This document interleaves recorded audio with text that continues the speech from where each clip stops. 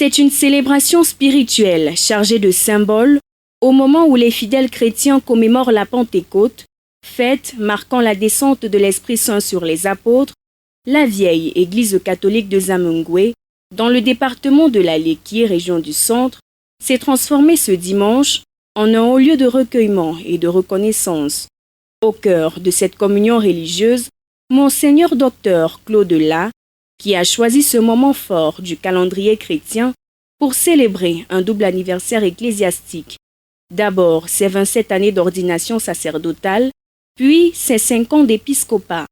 Une étape importante vécue dans la sobriété, mais surtout dans la gratitude envers le Seigneur pour les merveilles accomplies tout au long de son ministère. Je vais tout simplement retenir cette joie qui déborde dans mon cœur en ce jour où je fête mes 27 ans d'ordination sacerdotale et de mes 5 ans d'épiscopat. Au cours d'une messe d'action de grâce ponctuée de chants liturgiques, de prières ferventes et de danses d'allégresse, l'évêque a renouvelé son engagement à servir Dieu jusqu'à son dernier souffle. Sa prière, confie-t-il, demeure celle d'accomplir fidèlement sa mission épiscopale.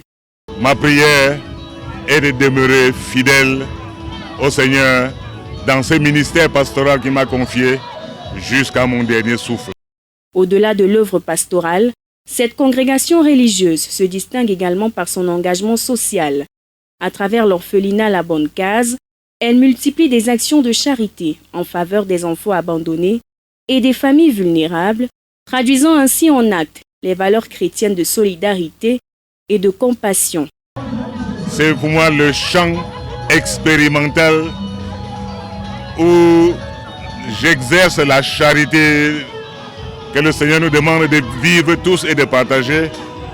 Et ça fait 22 ans que j'accompagne ce projet humanitaire et je souhaite de tout cœur que le Seigneur continue de me donner sa force, sa sagesse, l'abnégation nécessaire pour que jusqu'au bout, jusqu'à mon dernier soupir, je demeure fidèle à la promotion de cette œuvre sociale. Dans une atmosphère de foi et d'espérance, les fidèles ont salué le parcours d'un pasteur qu'ils considèrent comme un guide spirituel dévoué au service des âmes que Dieu lui a confiées.